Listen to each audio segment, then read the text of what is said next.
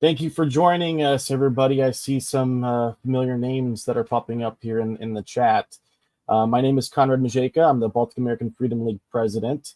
And this week has been a very, very, very busy and lots of news that came about this past week, related to the Baltic states, Ukraine, and other things that kind of came about that a little bit of a shakeup here in America for some people. And I have a very special guest that I will bring on, who is Lieutenant Colonel Kestutis Eidukonis, and he'll talk about all of the things related to Ukraine. It's great to have a military expert like him to talk about strategy, and also right now the theme this week is Russian misinformation.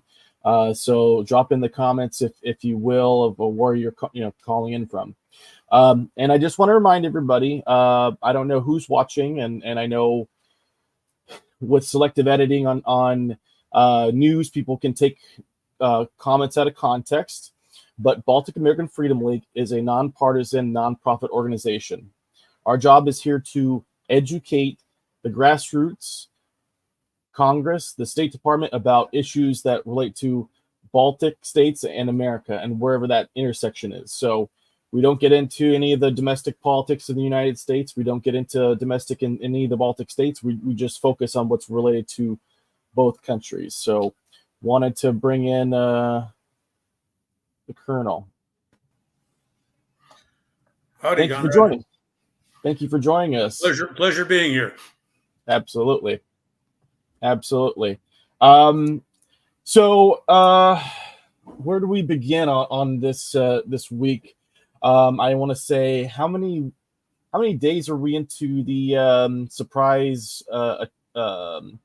offensive with Kursk that Ukraine started? Well, we're I think at about a month's level already, and I think it's not a short incursion, and I don't think it's going to be. I think it was a brilliant move on the part of Ukrainian General Staff and General Syrskyi to do what they do. Common military doctrine teaches you that you should never attack the enemy's strengths. You should always attack his weaknesses, and that's exactly what they did. Also, 6 days ago, contrary to popular misinformation spread here in the United States, the Ukrainians actually stopped the Russians in their advance to Pokrovsk. So it's a double loss for Russia and a double win for Ukraine so far.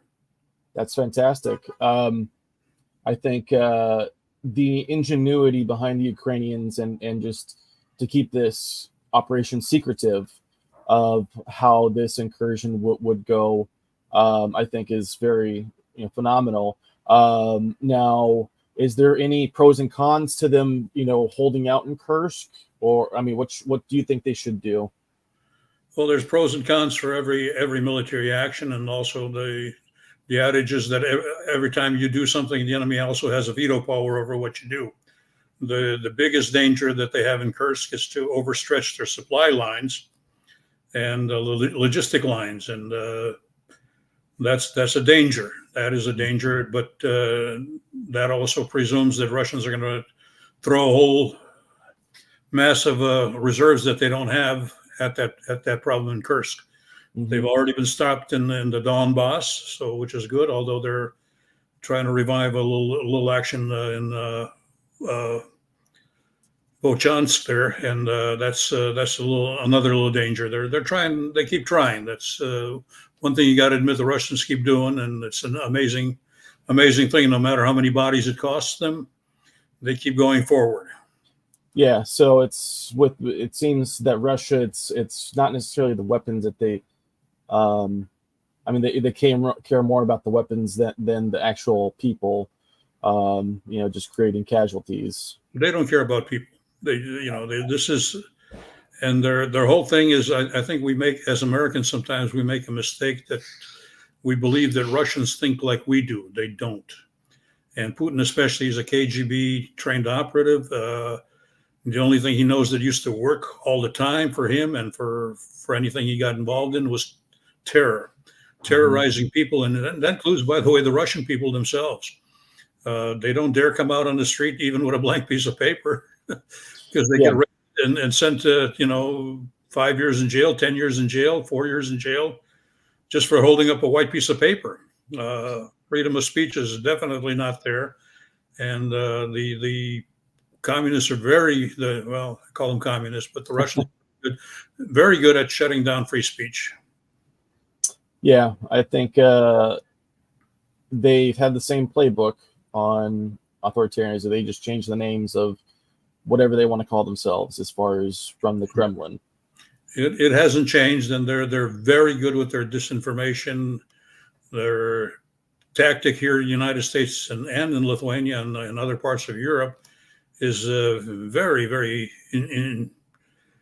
ingenious, because basically what they do is they take up the two political sides and they support both of them, and then they go in there and needle and provoke each side to do something rational and irrational, and to come back with all kinds of nasty stuff against each other, and then Putin can say, "See, democracy doesn't work," and that's his whole thing. He doesn't care whether it's conservatism or liberalism or whatever the hell it is.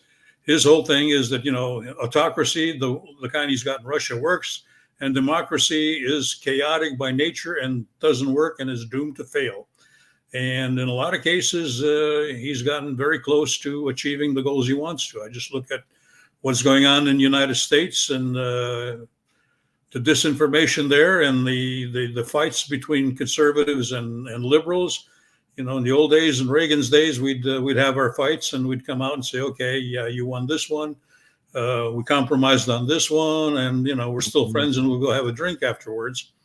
But nowadays, it's gotten to a real huge divide, and this is literally, I think, people being used in the media as the communists used to call them, as Stalin and Lenin called them, useful idiots. Yeah.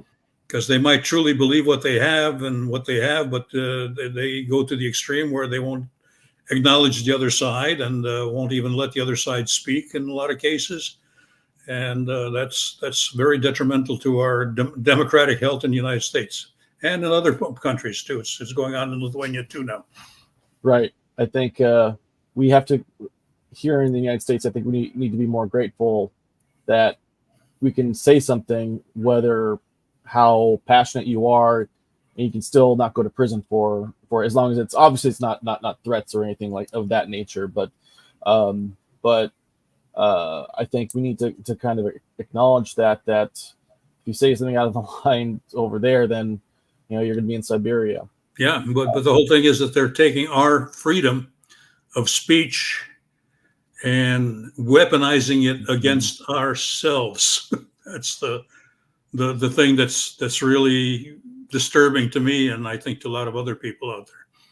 Yeah, and I think you get a lot of stuff from people, and I do as well, just all sorts of phony baloney stuff, fake documents, fake selectively edited videos, and they're doing a lot of just different ways to kind of get into there as well. And I have a very good Ukrainian friend who's an attorney, and got this fake document that, Zelensky did this, and he tore it up. He said, well, it's as though an 8-year-old Ukrainian wrote it out. It's as though, and the seal's incorrect, and the legality behind it is not proper in accordance to the Ukrainian government. So all I have to say is to everyone that's watching us right now is, if you find something that you find interesting, send it to us, and we'll find the right people to kind of break it down as far as that's concerned. So don't want to get into the tenant thing yet.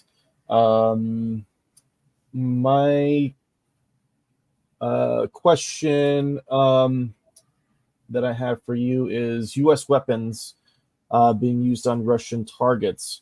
What's the importance of that? And I don't want to ask why the U.S. government is not allowing Ukraine to do it, but what's the importance of that? Because for the average person who has no understanding of military strategy? Okay, basically, Russia has been declared a safe zone by our president and some other Western leaders. And we cannot use our long-range Western weapons from Ukraine to hit Russian targets. Mm-hmm. Now, the best, simplest explanation I can give to you is, Ukrainians are trying to shoot down missiles when they come at their country. And the best analogy I heard of that, it's like trying to shoot down the arrows when you should be trying to shoot down the archer. It's very hard to shoot down those 200, 300 arrows coming at you. It's much easier to shoot down those 5 or 6 planes that launched those arrows at you, or those ships that launched those arrows at you. And till we do that, we are basically playing with Ukrainian lives. We're sacrificing them for stupid reasons, because I think there's I hate to say this, but I think our government policy does not want to see Putin fall. I don't know why. I don't know who to attribute that to in our government, but it's like they're protecting him because they figure, well, if he falls apart, there's a theory that, okay, all these nuclear weapons that Russia has, if Russia falls apart, they might get into the wrong hands. Who's going to police that up if the Russian Federation falls apart? Are they going to get into radicals' hands and stuff like that? First of all, I kind of believe that half those weapons don't even work anymore, because knowing the Russian predilection for corruption, I think a lot of that money that was supposed to modernize those went into people's pockets and not to the weapons modernization. It's very expensive to modernize those nukes. But no, we got to hit the archer, not the arrows. The hitting, trying to swat down the arrows when they're already in flight. It's almost a hopeless task. Mm-hmm. So yeah, we should be able to use those weapons. And basically, I think there are some people that want Ukraine to hold, but not to win. Yeah, that's bad. That's my biggest fault with the present administration. Yeah, they support Ukraine. There's I followed the news today, $6 billion something plus dollars of presidential drawdown authority that we have in the administration to give the Ukrainians that aid, and it's not being used, and it expires on the 31st of September. So unless they renew it somehow, $6 billion, which a lot of people don't understand, that $61 billion package that was passed by Congress, only $6 billion was direct Ukrainian aid. The rest of it was replacing all the stuff that Ukraine has already drawn down. Mm-hmm. So, we're giving them old stuff, and then we're buying new stuff, and that's great for our economy and everything else.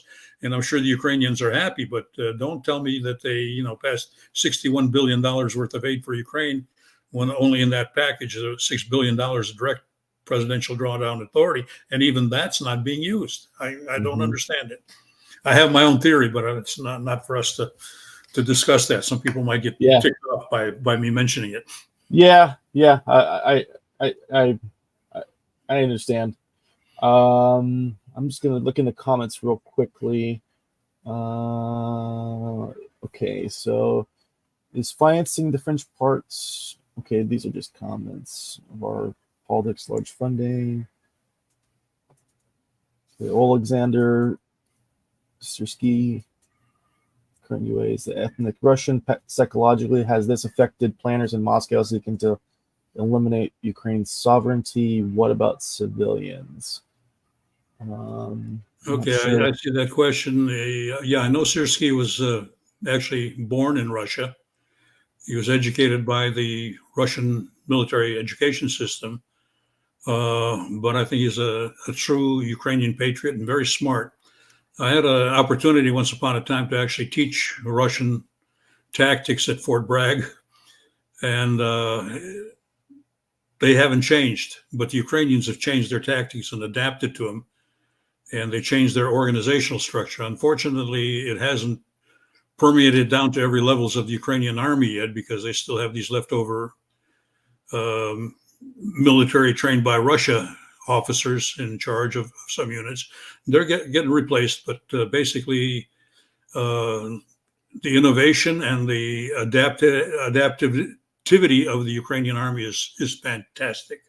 Mm-hmm. And there's an interesting thing going on there that I love following, and following in the media too, is that we always complain that, oh, you look, the Ukrainians are losing these battles, they're losing territory, they're losing this, they're losing that, but they don't see the big picture. Strategically, the Ukrainians might lose some battles tactically, which happens. I think the North Vietnamese, one time we got into a conversation about that, said, we Americans never lost a battle in Vietnam. But the Vietnamese general replied, yeah, it doesn't matter. You lost the war anyhow. Yeah. And strategically, the Ukrainians are doing the right thing. They're bombing the refineries. They're bombing finally they've opened up also on the electrical grids of Russia. And that's what it's going to take. It doesn't matter losing a few battles on the front line if the whole Russian economy is going to collapse, and it will collapse. They can't avoid that. They're going to either have to put the gasoline for the military or the gasoline to feed the public. Yeah. What are they going to do? Either choice takes away from the other choice, and then you have problems on your hands. So strategically, I think that, and the word strategic is often misunderstood, but strategically, the Ukrainians are winning. Tactically, they might be losing a few battles on the front lines, but that's not the important thing. The important thing is to win the war, not to win the battles. That's correct. Okay. Next thing that I wanted to discuss with you is the Suwalki Gap. Let me pull up a map of the area.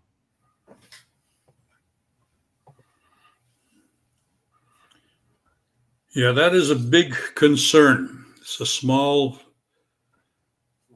corridor that if we have to reinforce Lithuania, Latvia, Estonia, unless we do it by sea or by air, the troops are going to have to go through that gap.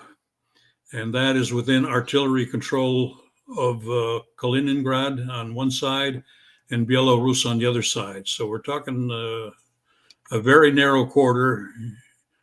It would be a death zone to send troops through there, but there's a lot of things strategically we also need to think about defending Lithuania, Latvia, and Estonia.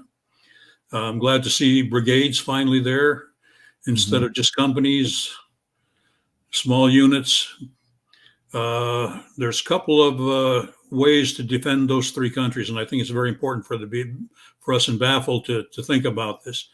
We can either do what they call the tripwire approach, which is when you send in small units of French, Germans, Canadians, or whatever, so that if Russia does attack, these troops will put up a resistance, get wiped out, or get captured. And that means that these other countries are now involved in the defense of the Baltic states. Mm-hmm. That's one theory. When you have a small unit, if you lose a platoon or a company or something, it's not a big deal. But a brigade is a big deal. That's about 5,000 people. So that is a beefy tripwire. Yeah. But the tactic that I think needs to be actually imposed in the Baltics, and this is probably above my pay grade, but I think it's also very expensive, but it's a lot cheaper than having to go and reconquer these countries afterwards. It's called the hedgehog theory.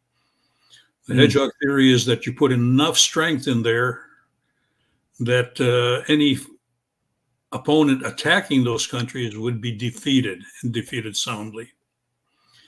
It's expensive, but it's cheaper in the long run. Mm-hmm. With the hedgehog theory, okay, the three countries could get overrun in a few days, a week or so. They could hold out maybe longer. If the whole civilian population is involved in the defense, maybe even longer than that. But eventually, NATO will have to get involved to either finish protecting those countries or reconquering them, or, heaven forbid, having to fight a guerrilla warfare in there until the NATO countries can arrive in force to defend those countries. It's the hedgehog theory is, to me, more solid than the tripwire theory. Mm-hmm. So that's something that needs to be discussed, and it's expensive. Correct. Yeah, you got to send. You don't just send brigades; you send enough force there to defeat any attack by any Russian force that would attack these countries. Absolutely. And one of the initiatives, the Baltic Security Initiative that we're working on with Congress, and it's down in the description. If you just type in or you just click the link where it's baffle.com, call to action, just follow the prompts all the way through until you see the thank you screen at the end. It'll send a message to your senators and your congressmen to support the Baltic Security Initiative. We're trying to raise about $250 million to upgrade the Baltics defenses in various areas. So everybody that's watching, we'd love your support by clicking that. Just clicking that and just following the prompts. So awesome. Well, Cass, I have maybe it's a little bit of I don't know what to say, but any chance that maybe the Ukrainians could take over Kaliningrad? I think it's an interesting thing going on right now in Russia. Kaliningrad could possibly vote for independence. And Kaliningrad, I think, probably between Lithuania and Poland, and I'm sure between Poland, Kaliningrad's, in case of a war, Kaliningrad would not exist too long. Mm-hmm. I think the Poles are really, really, really beefing up their strength, and I'm proud to see that and happy to see that. And Kaliningrad has been stripped quite a bit of its military forces, and those military forces have been sent to Ukraine, and they've been wiped out. So the wives of these soldiers that were stationed in Kaliningrad are not too happy. The other thing that, we're talking about a little bit about Russian tactics. We've just seen some estimates on the news that as many as 700,000 Russians may have been killed or wounded in the attack. The problem is the Russians are even refusing to take back bodies of their own dead soldiers. They're refusing to take back. The Ukrainians have offered them wounded Russians in their captivity. We won't even ask for our own back, but here's these wounded guys. Why don't you send them back? The guy without an arm or a leg, or he's not going to go back to fight yet, although some cases the Russians have been sending these kind of people back. So it's interesting that they won't admit it, because I think Putin is really afraid of his own population finding out how many losses there really are. And the other thing is paying benefits. Mm-hmm. As long as these guys are either in captivity or their bodies are not returned to Russia, there's no death benefit being found because they're missing in action, which saves the Putin regime paying out the money for them. If they turn up, all of a sudden they're going to have to give the families money. They're not going to have that money in a little while. That money is going to go away fast. Yeah, I think the Russian economy is on the verge of collapse. Just what I've been following and what I know about what's going on there, it's in deep doo-doo. Don't let the misinformation people fool you that it's going fine. GDP is going fine. GDP is a bad measurement of how the economy is going. Let's see what happens when all these oil refineries go offline and they can't come back up because they don't have the parts to go back up. So yep. They need the Western parts to. They need Western parts, or they got to fabricate them. Fabricating them is not easy, believe me. So, I mean, I think that's the importance of sanctions. That I always hear, "Oh yeah, sanctions fail," but that's not the case with refineries. But is that also the case with their weapons as well? Their weapons, their supply of Soviet weapons is run out. They've been throwing all kinds of obsolete stuff into the war now. Some of it still serves a purpose.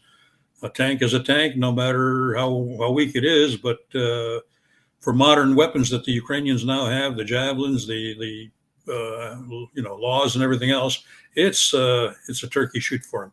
And the drones, they have been so so well designed now that they can knock out Russian tanks because of the weaknesses on Russian tanks. You see all these cope cages and all this other stuff coming out. That's, what we used to call Kentucky engineering, trying to take a piece of bad equipment and make it at least serviceable, and so you don't get killed in it. And it doesn't always work. It usually doesn't work. Artillery can still knock out cope cages and knock out tanks, and so can drones. So it's a turkey shoot for the Russians. The Russians have lost more equipment. The only thing is that they're winning the information war. I hate to admit that, but they are winning the information war out there. And that's something we got to do a better job of exposing all the bull and all the disinformation that goes on. The Russians aren't winning right now. They're losing. They're losing strategically, but they pretend that they're winning, and they publicize to their own networks and their own people. Yeah, look at all these, Ukrainians we've killed and all the Ukrainian tanks and everything else. And it's not happening. So the information war is just as, having participated in a place called Vietnam, I know we lost that war, not because we lost on the battlefield. We lost that war because of the information war that was going on here in the States. Yep, that's correct. So, comment down below. It's authoritarian realpolitik. But I believe Russia is prioritizing non-ethnic Russians for use as cannon fodder. It lowers the fighting age, population, and potential malcontents within the empire. Yeah, Modest there is spot on. Those areas, and by the way, for those people that don't know it, I did travel 3 months in Russia. Got to see Ekaterinburg, Omsk, and a few other places. I got to see, when I went there, I was surprised, that people would lock up their windshield wipers in the glove compartments when they parked their cars. Well, that's because there's a shortage of windshield wipers.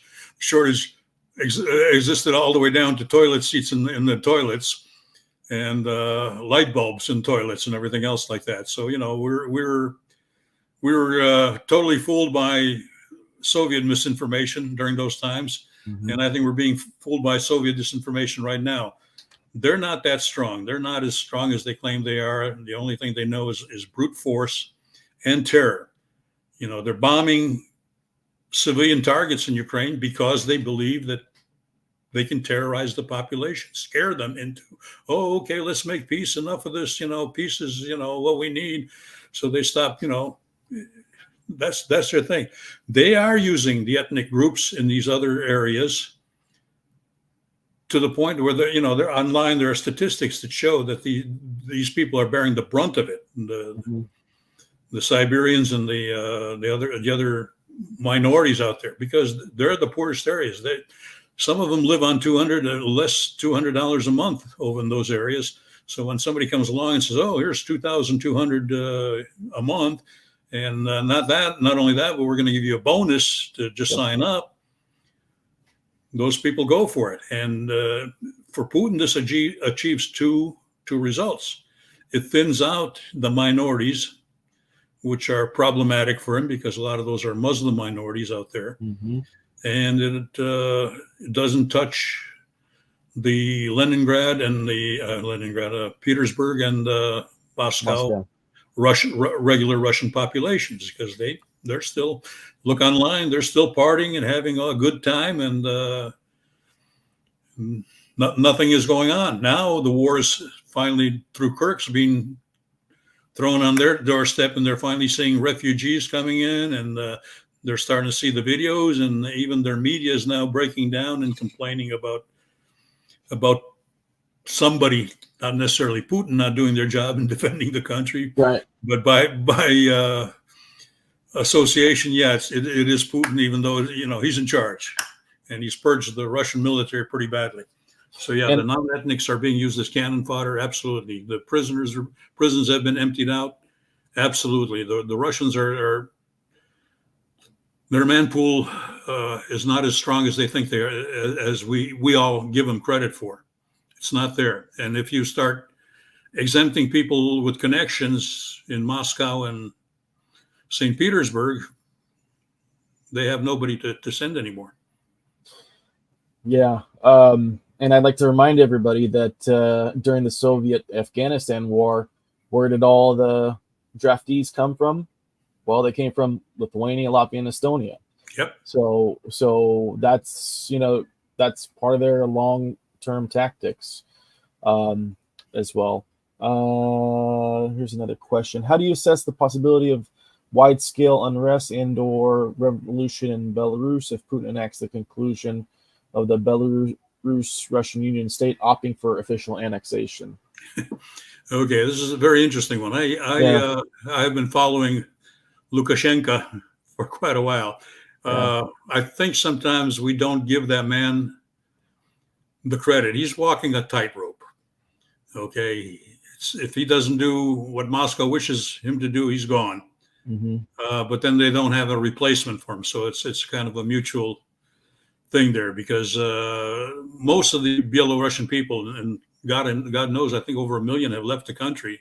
Last statistics I heard, they're not happy with him. He falsified the last election and everything else, and I don't think Putin has the military strength to occupy Belarus, and that's what he'd have to do. Lukashenko's walking a tightrope. He pretends to play along with Moscow sometimes, and sometimes he tries to look like he's independent, but he's a survivor, and he's survived for 30 plus years. So you got to give him credit for that. And he's kept Belarus out of invading Ukraine. I don't think he wants to do that because, first of all, I think his army would refuse to do it.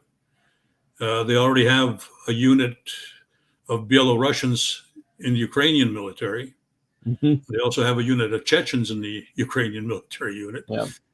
They have some Lithuanians fighting there. They have some Poles fighting there. They have quite a good thing of there. Don't forget the Russian force that's fighting the Russian. What was it? The Russian Liberty. The Russian Legion. Yes. Mm-hmm, mm-hmm. Yeah. So it's an international that's basically against Putin, and Putin, I think, is not sleeping well lately these days. Yeah. Okay. Let's see here. Okay, Tony says Lithuania is investing in defense manufacturer at Rheinmetall. Lithuania is offering tax-free status to manufacturers of defense systems. I believe I believe conversation should be mobilized with support in Congress. Absolutely. It should, but unfortunately, the American mentality sometimes doesn't think about those kind of things. They're definitely need to manufacture 155 ammunition as much as we can. That seems to be the primary ammunition they need in Ukraine, and in the next war, what we have will probably be that. Drones are good, but they're not always as effective as a barrage of artillery shells, especially when you use the cluster munitions in some of them that are available in the HIMARS and stuff like that. So yeah, there are a lot of things going on, and mobilizing U.S. support in Congress. You and I have been talking to Congress people now for the last couple of years. Yeah. We know we got some that are against, because I don't know whether they have Russian staffers on their staff. I seem to hear some real Russian talking points from some of these congressional staffers, and by extension, comes from the same congressman too that hire these same staffers. Yeah, but yeah, I think between the bipartisanship of the Congress, support for Ukraine is very strong. There is a faction not only in the Republican Party, but there's some people in the Democrat Party that don't want to give that. But they're very small factions, and their thinking is not very sound. Yeah. How is Ukraine going to keep their supply of F-16s? One is already lost. Okay, there are about 4,000 F-16s that have been produced. They're being replaced gradually by the F-35s. One's already lost. They've been promised something like 80. In war, guess what? You lose equipment, you lose people. It's not like in the movies where the good guys never lose anything. They will lose stuff. I don't know what it was that caused it. It was an operational, there was a technical problem or something else happened. We don't know. That report hasn't been released yet, but Interestingly enough, they fired the head of the Ukrainian Air Force right after that happened. Whether the two things were related or not, I don't know. But yeah, supplying F-16s is not the big problem. The big problem is supplying the parts to keep them going. They're very high intensity maintenance. For every hour they fly, they need God knows 20 hours, 30 hours of maintenance before they can fly again. And the parts and everything else has to be changed. These are very high-tech pieces of equipment, and Ukrainians have demonstrated the ability to keep them in the air. Yeah, I'm glad that they're finally. It took them 2 years. So I remember the conversations in. Yeah, they should have started that 2 years ago, yeah. Training the pilots. Yeah. The biggest thing is the pilots right now, because they've got the planes. They don't have enough pilots yet. Mm. And here in Tucson, the National Guard was actually training the Ukrainian pilots. And a little conversation with Senator Kelly a few days ago about the training. Says, yeah, their biggest problem is that Ukrainians do not speak good English yet. Yeah. They're not like the Taiwanese or any other country that they normally deal with and train over there, where the pilots come with a good knowledge of English. English has not been the strong language in Ukraine. Right. Okay. It's becoming that way, but prior to that, people just didn't study English that much. But yeah, I mean, it's same thing with the Baltic states. I mean, you go to Lithuania, and anybody over the age of 30 knows Russian, and people under the age of 30 know Russian, but English very easily. Yeah. And I some know of them actually prefer to talk in English than in Lithuanian. Well, yeah, that's a different conversation, but yeah. And I know, one person that did say, yeah, I was taught Russian while under the Soviet system, but by principle, I never ever want to, use those words to come out of my mouth. So it's that just that angry about it. So, okay, wow, these are some really good questions. What do you think the NATO response will be if Russia uses a tactical nuke? I do not know what the NATO response would be. I'm sure the response has been communicated to Putin in no uncertain terms. First of all, I think Putin is afraid of dying. And I think what most people don't know, maybe they do know, is that we know where he is at all times. I'm not giving away a top secret thing here, but I think we know where he is. Mm-hmm. So, and I think the Russian intelligence system has been fairly well penetrated with some knowledge. We knew that they were going to attack Ukraine. We knew roughly when and all that other stuff. So we have a good backup. I don't think he's going to use a tactical nuke because, first of all, it's not going to give him any ground. What's he going to nuke? Right. Is he going to nuke the areas that the battles are going in place, the areas that he is now claiming as part of Russia? Is he going to nuke Kursk? What's he going to do? And then, your troops also have to go through nuclear contaminated territory to fight back. So it gives them no advantage whatsoever. And I think it would turn China, India, and a few other countries against him if he does. I think the Chinese have already warned him not to use it. I'm pretty sure the Indians have quietly warned him not to use it too. So it gives him nothing. Yeah. It's nuclear saber rattling. And I noticed every time things are going bad for him, that nuclear saber rattling comes off the table and they shake it again every time, and it's not effective. Yeah. Okay, this next question. What should the average American understand when seeing the Suwalki Gap on a map? I think I'll just summarize that it's just a pinch point that will isolate the Baltics from Poland and the rest of Europe and NATO. But go ahead, Cast, as far as what the what if it was isolated? Like what? Yeah, it's a problem because the theory is that in case of attack on from Belarus to Kaliningrad is 60 kilometers, something like that. Mm-hmm. And it's a very short distance to cut off Lithuania. But like I said, I think people need to remain calm about that, first of all, because I think Poland probably has a solution for Kaliningrad. I don't want to speculate what it is, but I think it would not be as effective as they think it is. And I don't think, unless it's masses of Russian troops in Belarus, I don't think that the Belarusians are going to get involved in taking the Suwalki Gap. Yeah, they're causing problems at the border right now with immigrants from trying to penetrate the wall and get to the European Union, mainly to Germany, and none of them want to stay in Lithuania, Latvia, or Estonia because the benefits are not as generous as they are in Germany. So they all want to go to Germany or Britain or someplace like that. So no, it's a concern from the military point of view, but it's something that they also throw out every once in a while to scare us. But it's not, to me, it's not that scary.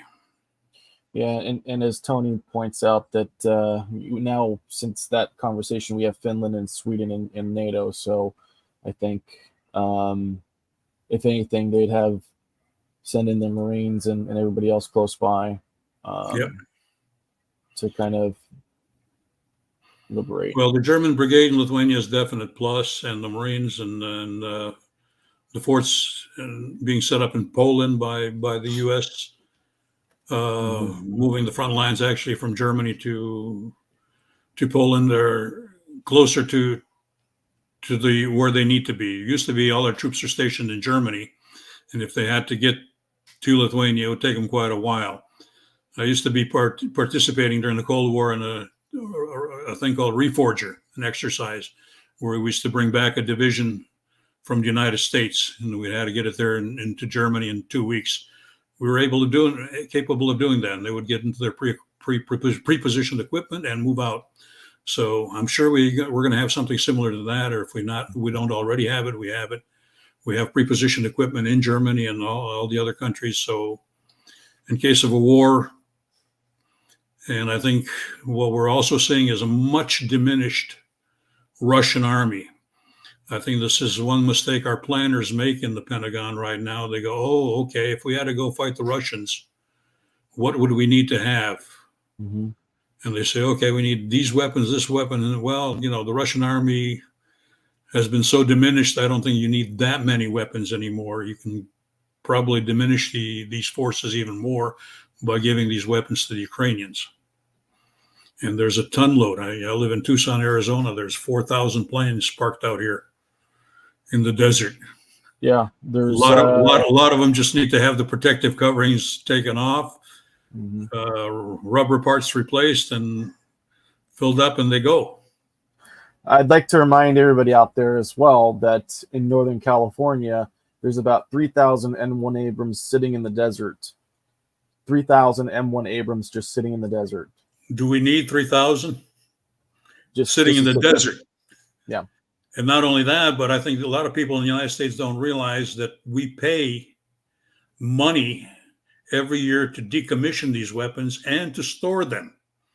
That area out there in the desert is not free. There's a rent being paid on it. There's utilities being paid. There's people being paid to maintain those things. And I think from one set of weapons, I think it was something like $2 billion a year to decommission ammunition. $2 billion a year. Well, let's let the Ukrainians decommission that ammunition. Yeah. It's a lot cheaper. I'm sure they'll do it for nothing. Just got to ship it over there. I think the cost of shipping is a lot less than the cost of storing it and decommissioning it. So the $60 billion, that one, every time I hear that $61 billion figure, I go nuts, because only $6 billion out of that is direct aid to Ukraine. The rest of it is to replace equipment that we've already expended. So free the let's start the recycle movement, I would say. There you go. So yeah, I'm sure the Ukrainians would be more than happy to use that stuff. They love the Bradley. I think they'll love the Bradley more than the M1, because the Bradley is a very, very interesting fighting vehicle. It's very effective, and they love it. It's very survivable. Yeah, what is the strengths of the Bradley for those that are watching that don't know anything about tanks? It's survivable, it's maneuverable, and it's got the right gunnery on it. The 30 millimeter. I've seen that in action. It's beautiful to behold. Anybody that's at the receiving end is going to keep their heads down. Yeah, absolutely. So for this comment here, I'm going to play a video real quick, and so we can talk about what's happened. Like I mentioned at the beginning of our segment, we're a nonpartisan organization. We're here just to educate the public. We don't pick sides, so I'm not bashing on people on this side, but we have to point out what's going on in there. So at this point, Cass, I'm gonna pull up this video by Ryan Macbeth. I encourage everybody to follow him. He's fantastic with military weaponry. Yeah. He goes out there, and anybody that has any misinformation about weapons, vehicles, all that, he'll dig into it and bring out the misinformation. And he's been known to find people that are faking Twitter profiles, etc. So let me just play that just so I can bring people up to speed. It's a great segment on there. So if you wanted to grab a drink of water while this is going on, and we'll get back just after this, Colonel. We're gonna just wanted to get your final analysis about what the pathway to victory is for Ukraine, and then any other questions, and we'll conclude for today. So today we are diving into a story that feels like it is straight out of a spy movie. We got covert operations, fake identities, Russian propaganda, and millions of dollars flowing through shadowy shell companies. But it's not a Hollywood thriller, which is funny because I'm in Hollywood right now. I'm actually in a hotel room in LA. I'm speaking at the 2024 Disaster Expo, sponsored by Oxygen Plus. And I'm speaking specifically about disinformation during a natural disaster, because our adversaries will use disinformation during a natural disaster to cause chaos and cause loss of faith in the American government. They did it during the wildfires in Hawaii last year. Now, I actually read this indictment while I was on the plane coming here, and I thought, my God, this would make a good Hollywood movie. Maybe I should pitch it to Netflix while I'm here. But it's not. It's an honest-to-God, real indictment from the Justice Department involving two people, and hopefully I pronounce these names correctly: Konstantin Kalashnikov and Elena Afanasьeva. And they also mention in the indictment a company based out of Tennessee that is unnamed, but is most likely Tenant Media.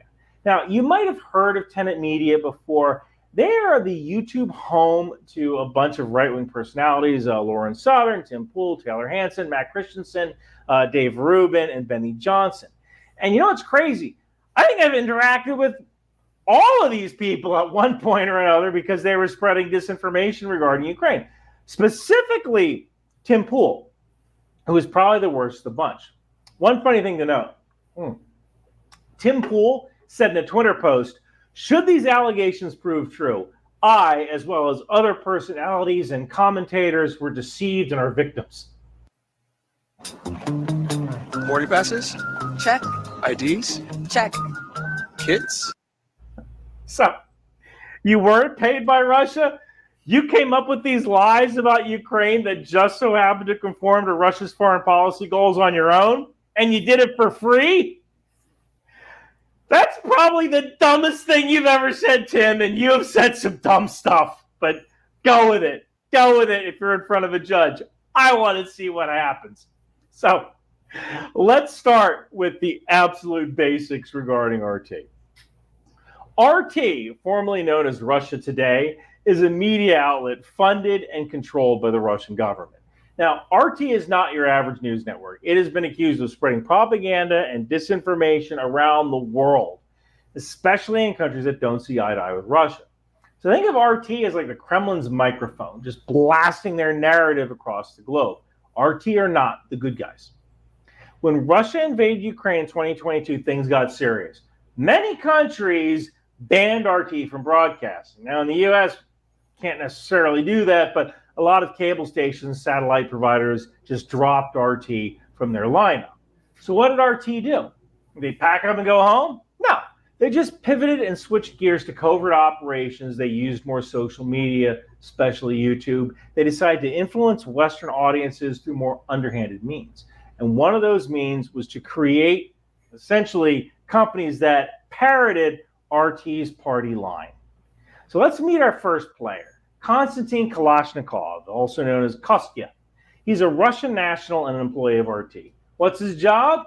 Manage digital media projects, and according to the indictment, run covert operations in the U.S.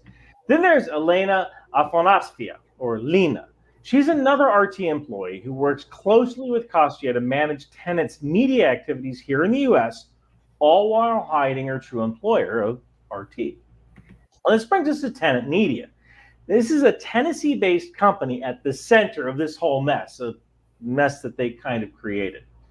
Now, on the surface, Tenant Media looks like any other content creation company, but according to the indictment, it was funded and directed by RT, making it essentially a secret arm of the Russian government's propaganda machine.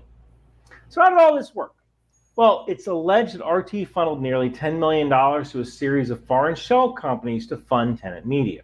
That's right, $10 million. You know what's funny is that $10 million it's like a pipe dream for the average content creator. And I have 3 times as many subscribers as Tenant Media does. I see nowhere near that amount of money. I'm barely making as much as I did at Accenture, and now I have 3 jobs instead of 1. So what was that $10 million for? Well, it was to produce and distribute videos that would stoke division in America and push narratives that were favorable to Russian interests on platforms like YouTube, TikTok, and more. Note that the indictment says that nearly 90% of the deposits into the Tenant Media bank account from October 2023 to August 2024 came from foreign deposits. If the total foreign deposits were $9.7 million, that means the company was bringing in maybe $970,000 a year in YouTube ad revenue. Not bad, especially if you're a single content creator, but these people had to pay a staff. So it's not surprising that most of the content that you see on Tenant Media, it's like this talking head style, easy to produce content that's long form with plenty of room for mid-rolls. They need to make as much money as possible whenever they show a video. But even with this cheap content, they still couldn't make money and pay all their staff, so they had to be subsidized by RT. Now, the founders of Tenant Media are Liam Donovan and Lauren Chen, also known in the document as Founder 1 and Founder 2. They were contacted by Kalashnikov and Afanasyev to set up this new media company. And the founders were immediately suspicious that these people just wanted to shower them with money. That was kind of weird. So Kalashnikov and Afanasyev, along with an unnamed actor named Persona 1, came up with this fictitious benefactor. The man's claimed name was Edward Goran, who was supposedly this accomplished finance professional who held various positions in Brussels and France and was worked at a multinational bank. But the founders were still a little suspicious, especially when they Googled Edward Goran and couldn't find anything. So the founders emailed Persona 1 and asked Persona 1 about this guy they couldn't find on the internet. So Persona 1 replied with a fake resume and a profile. And I guess that was good enough. And even though Persona 1 occasionally spelled Edward Goran's name wrong in documents or accidentally sending correspondence and emails, the founders of Tenant Media took the money and whistled past the graveyard. Sort of. On September 11, 2023, one of the founders wrote Persona 1 about an unpaid invoice. When Persona 1 didn't respond, one of the founders Googled time in Moscow. Founder realized that it was 4:50 a.m. in Moscow, and they knew that the people who paid their bills weren't up. And of course, this means that the founders of Tenant Media, Liam Donovan and Lauren Chen, knew that they were taking money from Russia.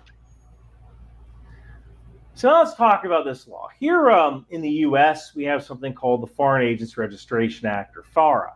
Basically, if you're working as an agent of a foreign principal in the U.S., you need to register with the Department of Justice. Why? Because transparency is key. People deserve to know who is influencing them and why. Note that I still work for the U.S. government in some capacity as a contractor, and that puts a lot of restrictions on what I can say and do.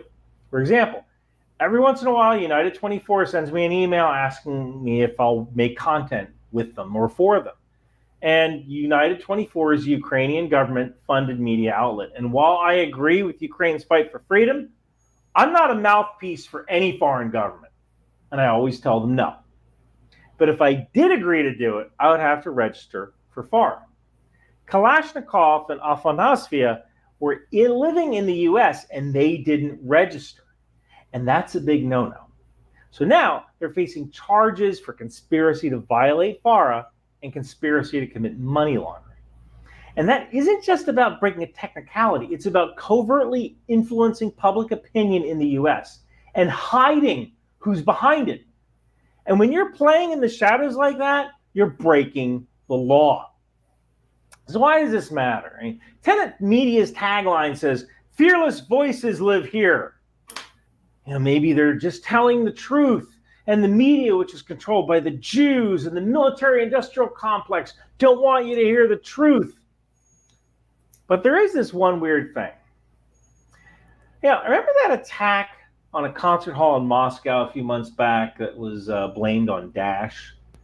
Well, Russian handlers who were communicating with the founders of Tenant Media suggested that the incident be blamed on Ukraine, saying, "I think we can focus on the Ukraine-US angle." With one of the commentators, known as Commentator 3, which must be one of these people, affirming that he's happy to cover it. Now, we don't know who Commentator 3 is, but I want to focus on Tim Pool for a moment. Remember back at the start of the video where I said that Tim Pool put out a tweet saying that he was the real victim here? I want you to listen to a video from Tim Pool and ask yourself if he's parroting Russian talking points or he thought of this himself. And they know it. But I don't know that it matters anymore. This is psychotic. Ukraine is the enemy of this country. Ukraine is our enemy, being funded by the Democrats. I will stress this again. One of the greatest enemies of our nation right now is Ukraine. They are expanding this war. Now, don't get me wrong. I know you've got criminal elements of the U.S. government pushing them and guiding them and telling them what to do. Ukraine is now accused, a German warrant issued for blowing up the Nord Stream pipeline, triggering this conflict. Ukraine is the greatest threat to this nation and to the world. We should rescind all funding and financing, pull out all military support, and we should apologize to Russia. So did Tim Pool just come to this conclusion by himself with his own research? I'm a Christian. One thing that always struck me as kind of funny is that Judas betrayed Jesus for 30 pieces of silver. It's about $858 in today's money with the current spot price of silver. Can you imagine that? Betraying the greatest man who ever lived for $858. And maybe at the end of the day, Tenant Media aren't traitors. They're just grifters. The content creator equivalent of carnival barkers. They have nothing new to say. They have no investigative journalism. They just have anger on demand and lazily produce content that's simple to edit so they can pump out 4 videos a week. This case highlights just how far some foreign entities will go to manipulate public opinion. They're not just buying ads or pushing their content. They're embedding themselves in our media landscape, pretending to be something they're not. And that's dangerous. It's a reminder to all of us. Always check your sources. Be skeptical of where information is coming from, especially when it's from unknown entities. And most importantly, stay informed, because when you know what's going on, you're a lot harder to fool. Hey, if you're in the LA area, come to the 2024 Disaster Expo at the LA Convention Center. I'm speaking Friday the 6th at 11:45 about how our adversaries will use disinformation to cause chaos during natural disasters. And if you want to support the channel, head on over to Bunker Branding. Okay, I think Yeah, very, very interesting. And I've been following this little case too. It's kind of interesting. I used to analyze communist propaganda. That was my job in the military at one time. And it's to be good propaganda, they always put in about 9 items of what everybody could agree with. Mm-hmm. If they're shilling for the Democrats or trying to, do something pro-Democrat, they're going to get in there and criticize conservatives 1, 2, 3, 4, 5, 6, 7, 8, 9. And then the last part will be the propaganda item that they want to push. And if they got you nodding up and down, going, with the first 9 items, chances are by the time they get to that 10th item, your head's going to be going, yeah, I guess so. If, all this other stuff is true, then this must be true too. Yeah. So the propaganda that they've been pushing, yeah, it's very effective because they found a good source for it. There are a lot of people that truly believe what these people say. And a lot of people do believe that, maybe we should think about the USA before we think about supporting any other countries. We got ourselves into Iraq, got ourselves involved in Afghanistan, we got ourselves involved here. Maybe we should stop doing that. So, I could see their point of view. But the problem is they don't realize that the biggest enemy we have in this world right now, besides the Chinese, is the Russians. Mm-hmm. Russians, North Koreans, and Iranians. I mean, those 4 countries are the axis of evil, and we have to defeat them. If Russia wins, which I don't think they will, I think they're going to implode. But if they win, the Baltic states are next. There's no doubt about it. They've made no secret. I follow RT, by the way, just to see what they say. It's always needed to. You got to hear what the enemy has to say to know what he's up to. In Vietnam, we used to follow their news because they used to use a thing called the categorical imperative. I don't know if anybody knows what it is. It's kind of a fancy term. They couldn't communicate to their troops in the front lines, that day or whatever through news broadcasts. So they put in their newspapers, this outfit is attacking such and such a village, blah, blah, blah, and they're having great success. And we'd look around and say, what are they talking about? And sure enough, 2 to 3 days later, they'd be attacking that village. That's the perfect use of the categorical imperative. So that's what they're doing out there right now. They're basically saying, yeah, we're going to attack the Baltic countries as soon as we're done with Ukraine. And not only that, but we're going to have, just like Hitler did at the end of World War II, after he took Czechoslovakia, he had Skoda and all the Czech armament industries, along with the best tanks in the world that the Czechs were producing, and parts of the Czech army to attack Poland with. So I'd hate to see, the Ukrainians be put in that. I don't think they would be. I think they'd probably resist till hell freezes over. But the fact is that they would have some parts of the Ukrainian armaments industry too. And a lot of people forget that the Ukraine used to manufacture tanks and airplanes for the Soviet Union. So that expertise is there. All the best scientists came from Ukraine.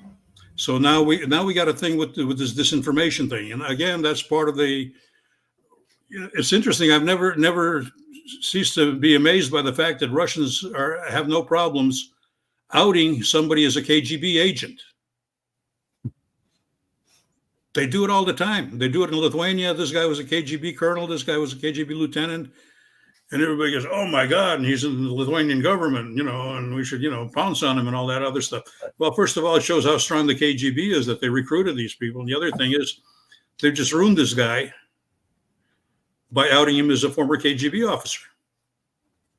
So this little, I'm just wondering where this little piece of information came from about this disinformation. And I agree, but its primary purpose is not to demonize conservatism or anything else like that, or help the Democrats or help Trump or anybody else like that. The primary purpose, they could care less who wins the election, the Russians, as long as they're able to start pushing the U.S. to stop supporting us. So their whole thing is they're gonna just show how bad democracy works. Look at this. Look at how corrupt you people are. Look at that. You're taking money from the Russians. And who's that benefit? Does it benefit the Democrats? No. Does it benefit the Republicans? No. Does it benefit the Russian point of view? Yeah. So who benefits is what you always got to look like when you see this disinformation come out. Who's this benefiting? Yeah, I agree. I think having those type of questions is important of who it benefits on the big picture. And I think Russia, ideally would love us to have our own civil war and just have us kill each other up. Yeah, they predict we're going to have one all the time, and they're doing everything to start it. I mean, even their disinformation and their bots out there, they go online and they try to get the Republicans to fight Democrats to fight Republicans, conservatives to fight libertarians, and so on and so on. They don't care. They didn't care whether Hillary won or Trump won, or their whole thing was to make a mess out of it and to show how nasty and bad democracy is. And because look at their system, they had an election and Putin walked right in, and there's no problem, there's no dissent, and there's no disagreement. He won 78% of the vote. So. How nice of a system they have compared to the system we have. Democracy is a mess, but like Churchill said, it's really bad, but it's the best of all systems we have. Right. So it's a lot cheaper to start this misinformation war online than it is to send a nuclear weapon. So absolutely, yeah. Information and people don't realize, psychological operations. The Russians are waging a psyops war, and that includes disinformation in the psyops war. People say, how do you use psyops and disinformation? I tried to illustrate one time. I said, you can stop a tank with a piece of paper. And everybody laughed at me. Said, how do you do that? And we actually did this during a maneuver and with the military. Tank coming by, you go out there and plant a sign that says Achtung Minen, danger mines. Tank pulls up, stops right there, won't go any further. Absolutely. So piece of paper can be very effective. Information can be very effective. But I guess in this new age, it's drones overhead. Drones, yeah. Look up. Look up. It's a different type of warfare. It's a lot of new stuff has evolved that we better pay attention to, because if we do get involved in a war, the drone thing is. We've been supplying our organization, Blue Yellow USA, has been supplying drones and other stuff to Ukraine for years now, and we got, by the way, two guys out there that drive, ambulances, and 3 medics out there that are helping Ukrainian people, and we're helping them out with medical supplies and humanitarian aid and everything else. So we're glad to be partnering with you and doing a lot of this stuff, and appreciate what you've done for Blue Yellow too. Absolutely.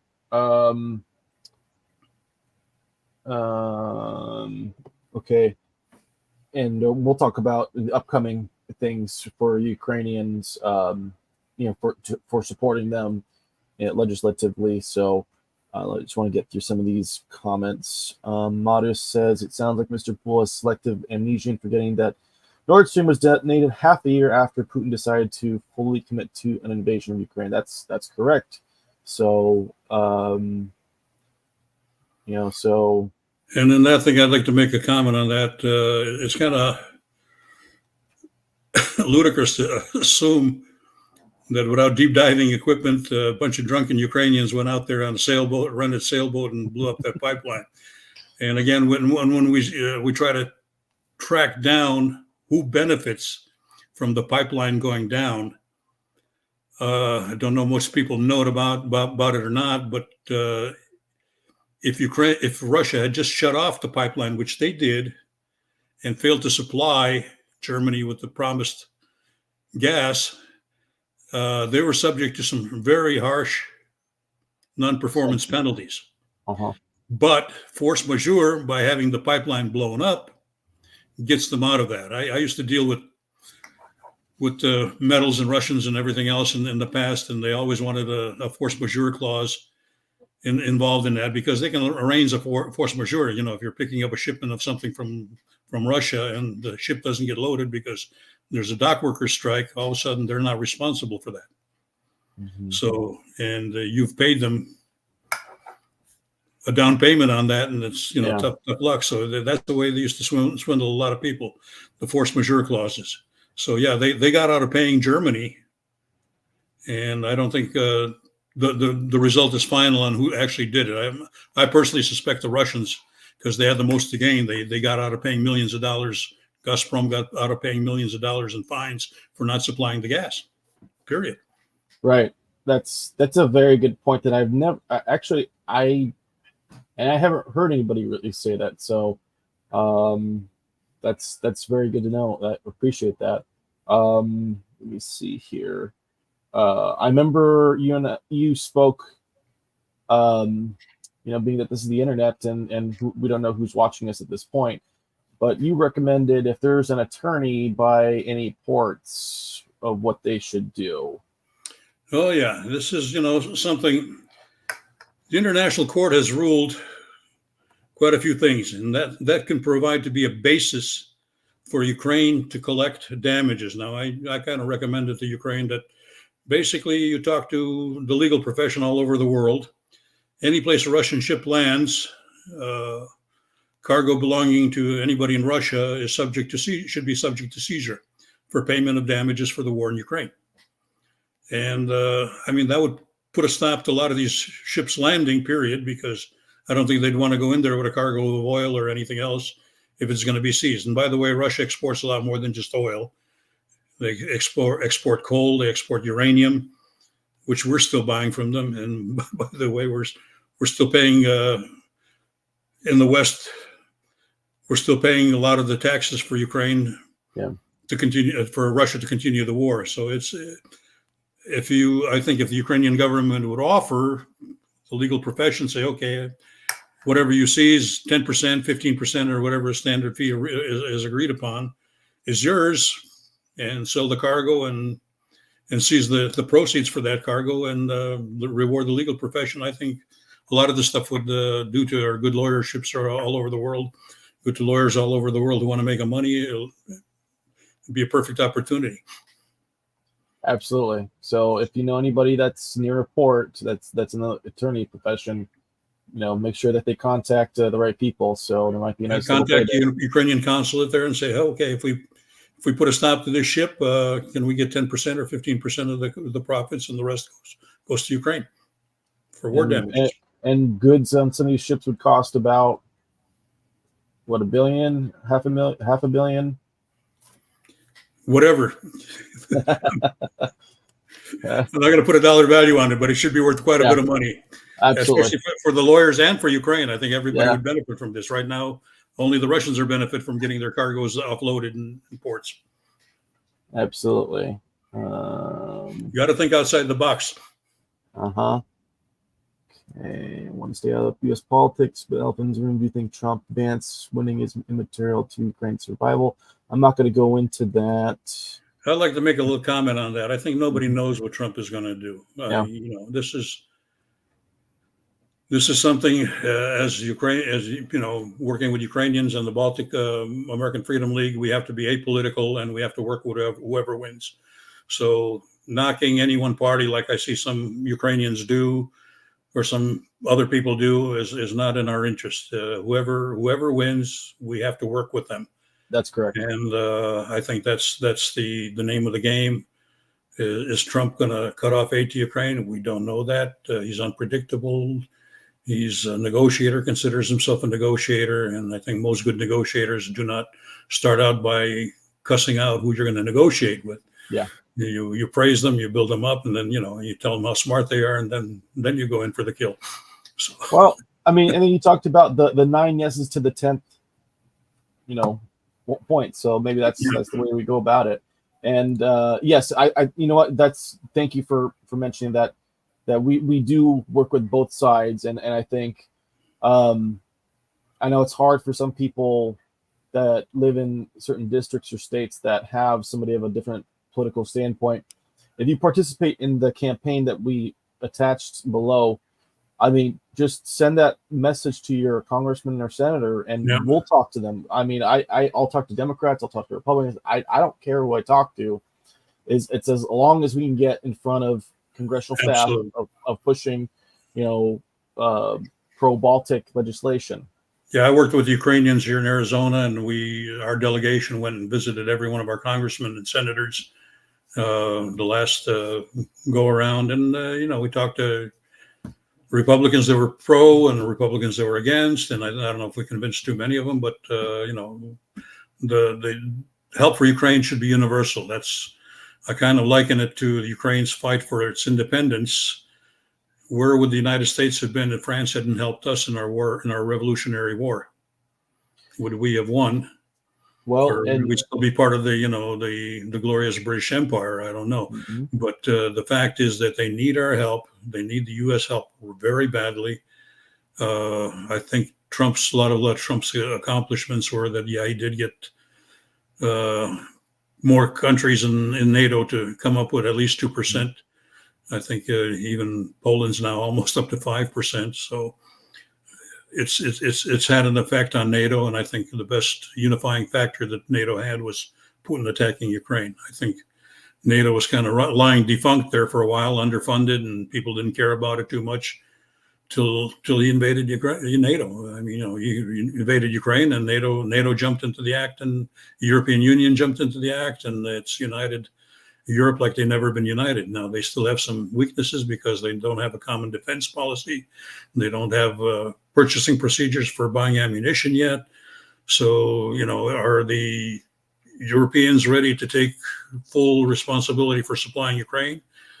I don't think they're capable of doing that yet, but we still need the United States helping out to help Ukraine. Absolutely. I've got some text messages from somebody.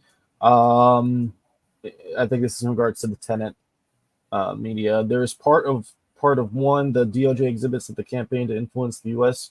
was to include identifying influencers in all 50 states, which, that's, if you think about it, this is kind of what we do in grassroots. You identify people at the grassroots level where you have a more intimate relationship than a big, broad base on there. So, everybody that's watching this video and liking it and commenting and sharing it, you help us, in that.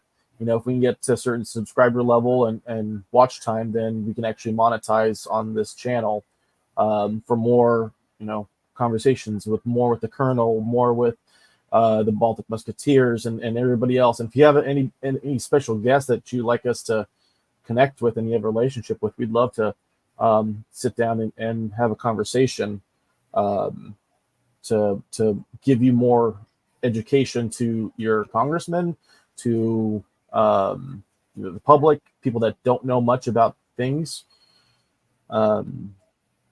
so on and so forth. Is this the first of further disclosures by DOJ in the months to come? Is this the tip of the iceberg by the DOJ? Yeah, I mean, it's a 277-page document, so we'll see where things shake up. All of them were fired on YouTube. All the 6 that were identified. That's what we know so far. I mean, if I was them and these YouTubers, I would just take a week off and just talk to some PR person and just take a week and just break away for a second. That's what I would do if I was them. Doug, baffled website donation, it's not working. Well, Doug, if you go to our Facebook page, what I'll do is I'll put this YouTube of this live up, and there'll be a donation button in there if you wanted to donate. We thank you for your support.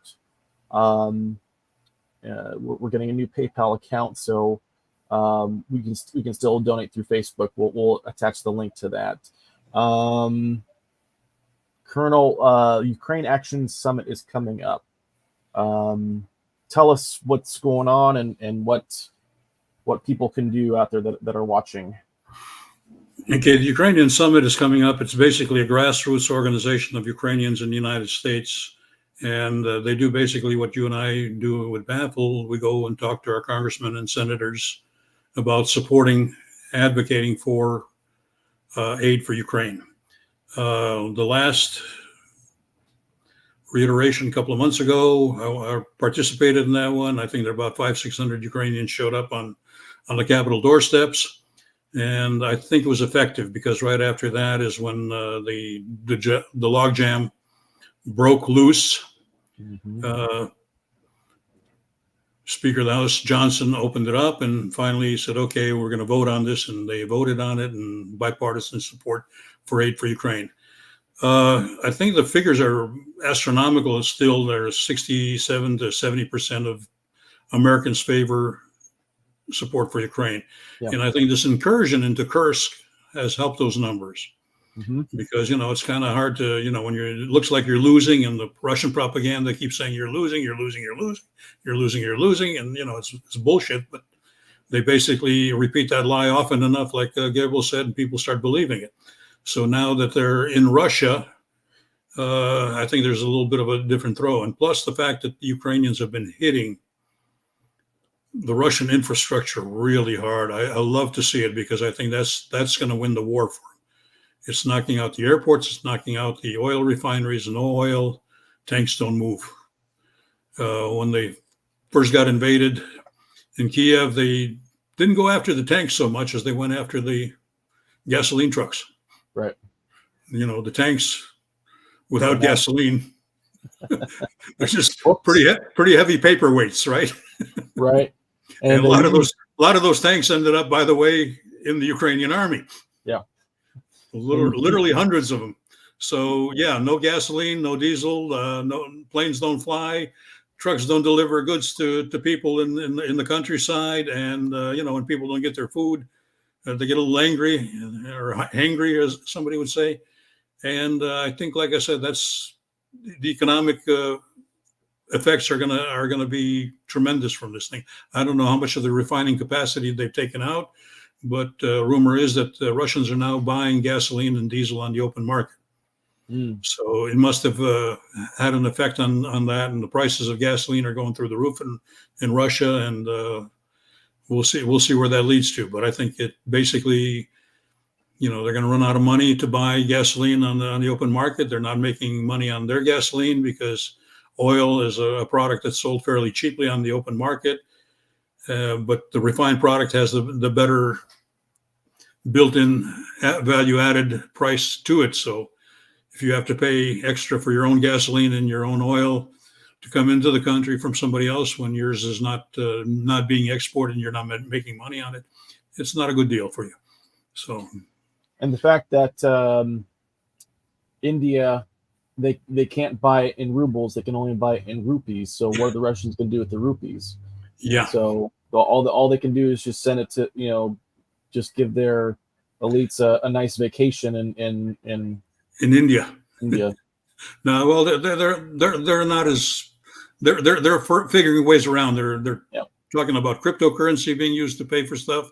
They're paying for a lot of this stuff, by the way, with gold. Gold gets shipped to Shanghai, gets converted on the open market, and then deposited in somebody's account in China. So they got myriads of ways. My last assignment in the military was in Panama. I got to see the banking system in action, got to watch it, knew how it works. Nobody ever figured out a country of 3.5 million people, why do they have to have 200 foreign banks? 200 foreign banks in Panama, at least.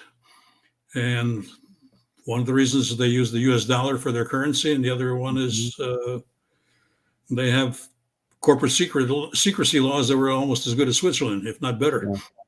So, yeah. Okay. So I guess, Colonel, your, I guess final analysis is, what is the path from here on out for Ukraine to be victorious? Okay, they got to be supplied with the weapons to win. Enough of this BS of as long as it takes. That's not a strategy. Strategy is to win to victory, whatever it takes. And I think if the United States and the rest of the world adopted that, I think we'd see something. Right now, they're being spoon-fed, weapons and ammunition.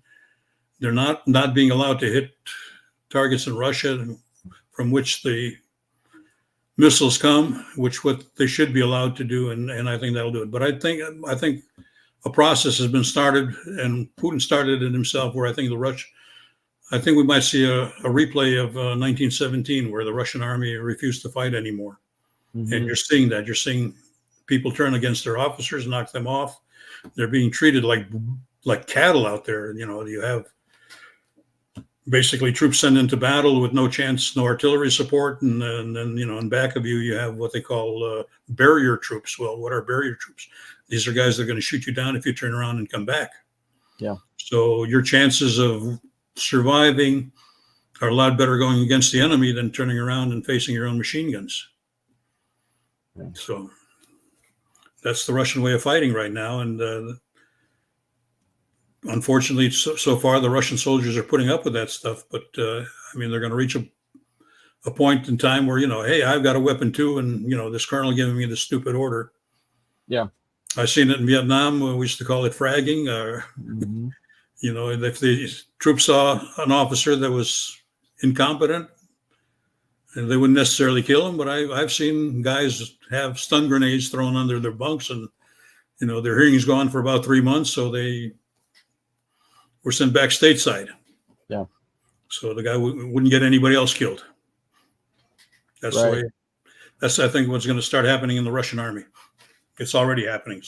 I mean, the visual that keeps coming to my mind last 2 years is in Dr. Zhivago, when the Russian troops are coming back to the front, and then the fresh officers are coming in with new troops, and they're conversating amongst each other, and they take over the officers, and then they start the revolution at that point. Yep. So that's what I'm visualizing, and I can see that because those tactics are the same then as they are now, and there's the scene that stayed in my mind there was that poor officer getting up on the barrel, and trying to preach patriotism and motherland and your families and all that other stuff, and the top of the barrel broke, and they shot him. Yeah, and they're laughing. They're laughing every time he was talking about whatever. So absolutely. Okay. Any final words, Colonel? No, it's just like Ukraine needs support. The Baltic states need support from us. Please also visit Blue Yellow USA if you want to help Ukraine out. I know Baffle needs the money, but we also need the money. We got 3 medics out there, 2 ambulances we're trying to support and trying to help out with. So I know between us and Lithuania, we've already raised and distributed over $95 million worth of aid to Ukraine since 2014. Mm-hmm. Our founder, Jonas Omanas, who was at your awards ceremony the other day, he's been doing this in 2014. He's a Swedish person, but he's also a Lithuanian citizen now. He speaks perfect Lithuanian, which is really nice to watch. So help each other out. I know the constant search for money is always a pain for both of our organizations, and we don't like to do it much, but we need the money and we need the help to provide the help that we do. There's all kinds of people that are depending on us for aid for the Baltic states and for building up Baltic defenses and helping out the Baltic states military. And I know the United States has passed some funds, but we need to continue getting the message out and doing the good work. And also you need to continue doing the good work Baffle's doing. It's had a long and illustrious and wonderful history, and we want to see it continue. So, and will we see you in Los Angeles for Lithuanian Days? I'm going to try to be there. All right. Well, the first drink's on me. First drink's on me. If okay, yeah. They say man proposes, but God disposes. Gotcha. We'll try to be there. Yeah, I used to do those quite a bit, but lately I've had other things come up that need attention. Absolutely. Well, thank you so much for joining us. And all right, thanks, Connor. Once again, thank you. Hey, I'd love to bring you on. If you're interested. Anytime you need me. If people don't get tired of hearing me talk, I'll have no problems coming back on. Absolutely. Thank you so much. Thank you. Okay, everybody, thank you for watching. This is just a fantastic session. Thank you for your comments and your questions. Vitas, Matunas, good presentation, good questions. Thank you to the both of you. Thank you so much. Thank you for that. And please share this video with everybody else. Even though this is live stream, you can still rewatch it or send it to someone who did not show up to the stream. Modus, thank you so much. Both of you and Vitas had some great questions, and Doug, you had some good questions as well. Support our channel. Like, subscribe, share, bring light to this. If you want to purchase Baltic American Freedom League materials, there's a link in the description. I'm going to also link the Colonel's organization and the Ukraine Action Summit in the description as well, as soon as I get that link. And it'll take some time to process because this is live. It's been on for an hour and a half. So give us about 48 hours on there if you're watching this live. But if you're not watching this live, thank you for watching this again. And thank you, everybody. And just remember, defend civilization and stop barbarianism. Have a good Friday. Thank you so much for watching.